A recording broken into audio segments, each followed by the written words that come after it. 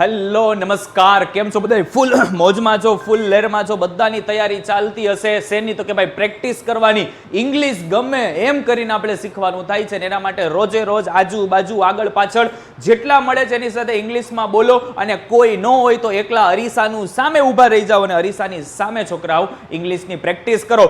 જેમ મેં તમને એમિઝાર વાળા ક્વેશ્ચન્સ આપી દીધા હતા, જેમ મેં તમને ધીસ ધેટ વાળી વાત કરી દીધી હતી, એ કન્સેપ્ટ એકદમ ક્લિયર કરો. એને પોતે બોલો અને બોલતા હશો અને બોલેગા વહી સોચેગા और वही जीतेगा. તો આપણે કામ એ જ રીતે કરવાનું છે. માત્ર બોલતા રહેવાનું છે. આજુબાજુમાં કોઈ પણ શબ્દ અને નો ખબર પડે તો આજુબાજુમાં ગમે અને પૂછે કે ભાઈ આ ટીંગાણવાની વસ્તુ આને શું કહેવાય, તો એમ કહેશે સાહેબ એને એંગલ કહેવાય. બરાબર. તાળું છે ને શું કહેવાય, તો કે ભાઈ એને લોક કહેવાય. ચાવી છે તેને શું કહેવાય, તો એને કી કહેવાય. તમે કોકને પૂછશો આજુબાજુમાં તો એ તમને આન્સર આપશે ને એના ઉપરથી તમે પછી સેન્ટેન્સ છે એને તમે બનાવો. બરાબર. તો આજે આપણે મસ્ત મજાનો ટોપિક જોવાના છીએ. જી હા મિત્રો, છે પરિચય મંદિરમાં દેવોને મારો ને મસ્જિદમાં ખુદા પણ મને ઓળખે છે.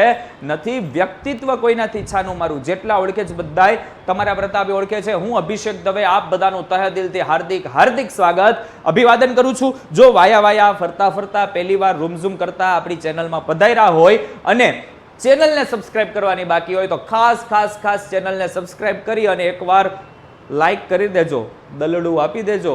બરાબર. હાર્ટ તમારું મને દઈ દેજો એટલે જેથી મને મોજ આવી જાય અને હું પણ મોટિવેટ થાઉં ને તમારા માટે આવા વિડીયો લઈને આવી જાઉં. તો ખાસ તમારે મિત્રોએ એક જ વાત કરવાની છે કે ચેનલને તમારા 5 મિત્રો સુધી આપણે શું કરી દેવાની છે, શેર કરી દેવાની છે. તો આવો આજે શરૂઆત કરીએ છીએ.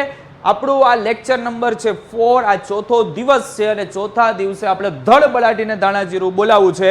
આજે મારે તમને કહેવાનું છે ABCDEFGHI JKLM NOPQRSTUVWXY Z. तुम भी कहो. આપણે આજે ભાઈ સ્વર देखने का है, ઓલ व्यंजन देखने का है, स्वर देखने का है. और क्या देखने का है? व्यंजन देखना. स्वर कोने કહેવાય? બર અ આ ઈ ઈ ઉ અ આ આવું બધું આવતા હોય उसको स्वर बोलते हैं.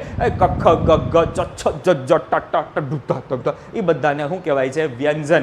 તો ભાઈ इंग्लिश में स्वर किसको बोलते हैं और व्यंजन किसको बोलते हैं वो आज हम देखने वाले हैं. तो वोट ए ऊपर ही जा चल ए આવી જા પેન.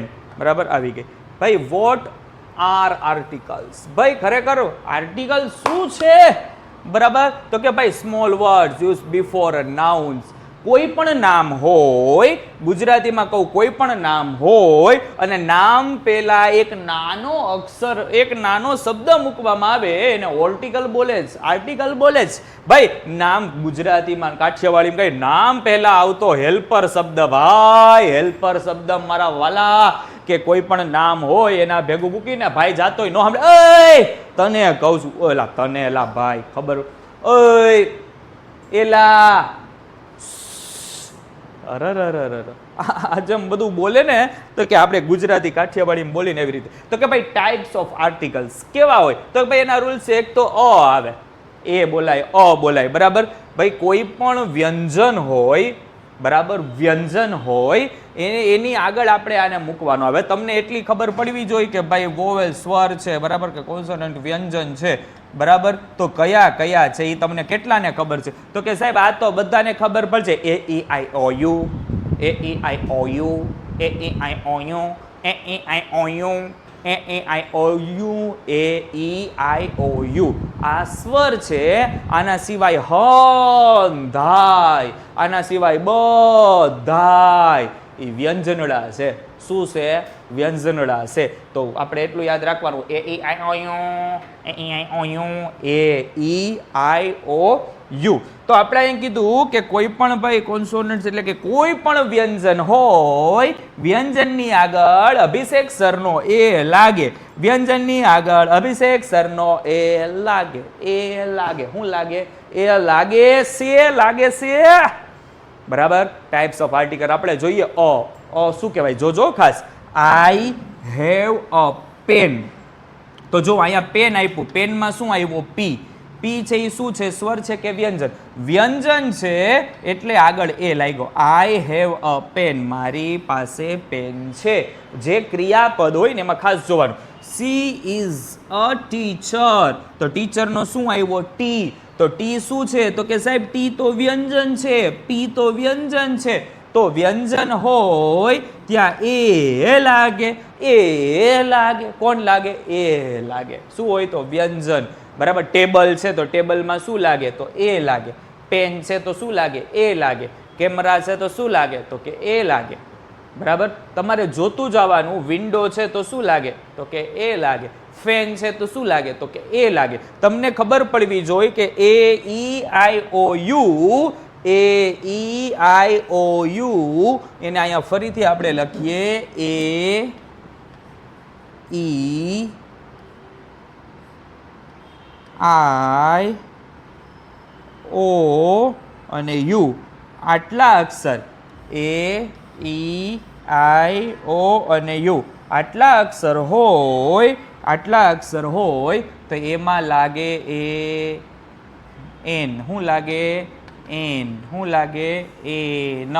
બરાબર. આટલી વસ્તુ જેને ખબર પડી ગઈ, આટલી વસ્તુ જેના મગજમાં ઉતરી ગઈ, એને વાંધો આવતો નથી. તો તમે કહો સાહેબ આ તો હવે પાકું થઈ જ જાય ને, એ ઈ આઈ ઓ you, A E I O you.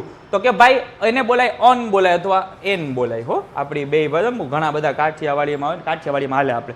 Use before vowel. Vowel એટલે સ્વર. બરાબર. તો એમાં આ સાઉન્ડ આવે, એ ઈ આઈ ઓ યુ. ગુજરાતીમાં કહેવાય કે પહેલા વોવેલ સાઉન્ડ પહેલા એન લાગે. શું લાગે? એન લાગે. કોઈ પણ નામ હોય એમાં એ ઈ આઈ ઓ યુ આવતું હોય તેમાં એન લાગે. ભાઈ એ ઈ આઈ ઓ યુ આવે તો એન ફિટ, ભાઈ ફિટ કરી દેવાનું, ચોંટાડી દેવાનું, લગાડી દેવાનું.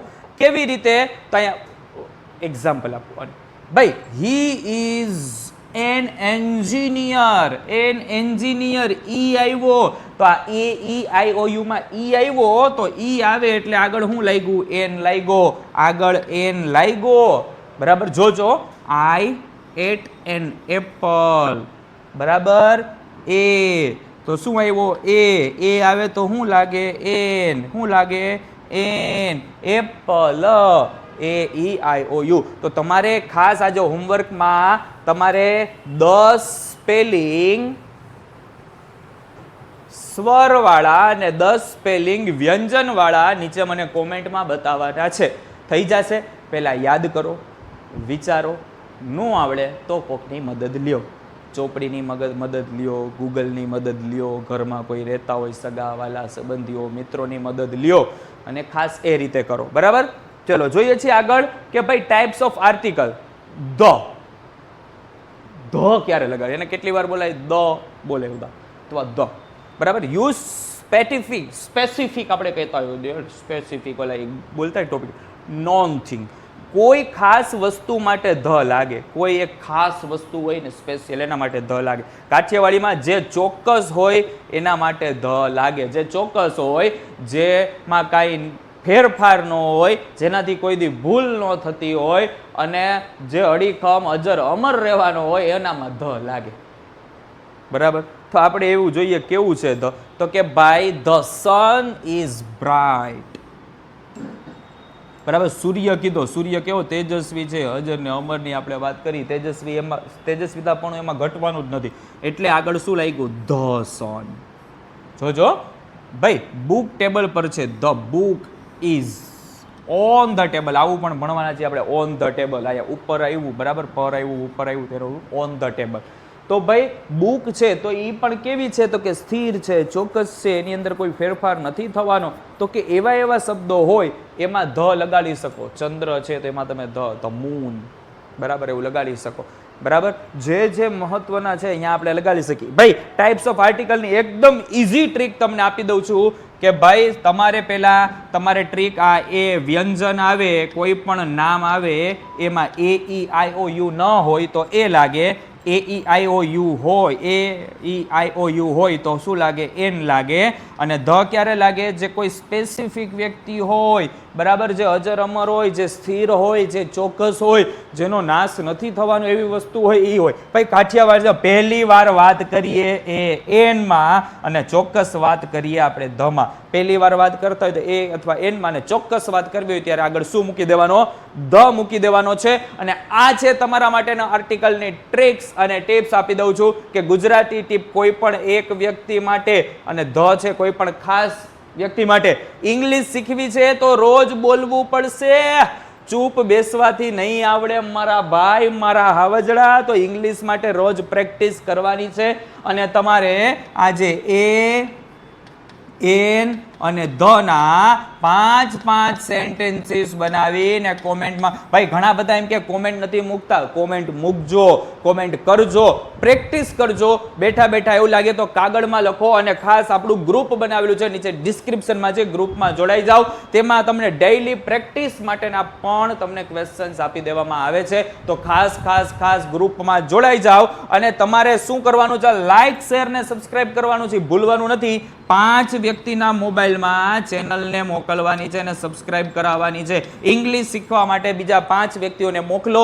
એ દાદા હોય, દાદી હોય, કાકા હોય, કાકી હોય, મામા હોય, માસી હોય, કોઈ પણ હોય, બરાબર, ભાઈ હોય, બેન હોય, સંબંધીઓ હોય, કઝિન તમારી ભાષામાં હોય, જી હોય, મિત્રો હોય, બેનપણીઓ હોય, બેનપણા હોય, ભાઈબંધો હોય, દોસ્તાર હોય, બધાના મોબાઈલમાં 5 લોકો સુધી આપણી મોબાઈલમાં ચેનલને પધરાવો, એને આપો અને એને કે ભાઈ આ બટન દબાવી દે, ઇંગ્લિશ શીખ. અને નો શીખ તોય બટન તો દબાવો, કારણ કે મારા સાહેબ છે મને ફ્રીમાં શીખવાડે છે, તો મારે ફ્રીમાં ગુરુ દક્ષિણા સાહેબને 5 સબસ્ક્રાઈબરની આપવાની છે. કરશો અને મોજ આવતી હોય ને સમજાતું હોય તો એકવાર નીચે મહાદેવ હર લખી દેજો, જેથી મને આવીને આવી રીતે તમારા માટે ચાકા જેવા વિડીયો બનાવવાની મોજ આવે અને હું પણ તમારા માટે સરસ મજાનું કામ કરું. તો નેક્સ્ટ વિડીયોમાં મળીશ, ત્યાં સુધી બધાય આવજો, બાય બાય, થેન્ક યુ.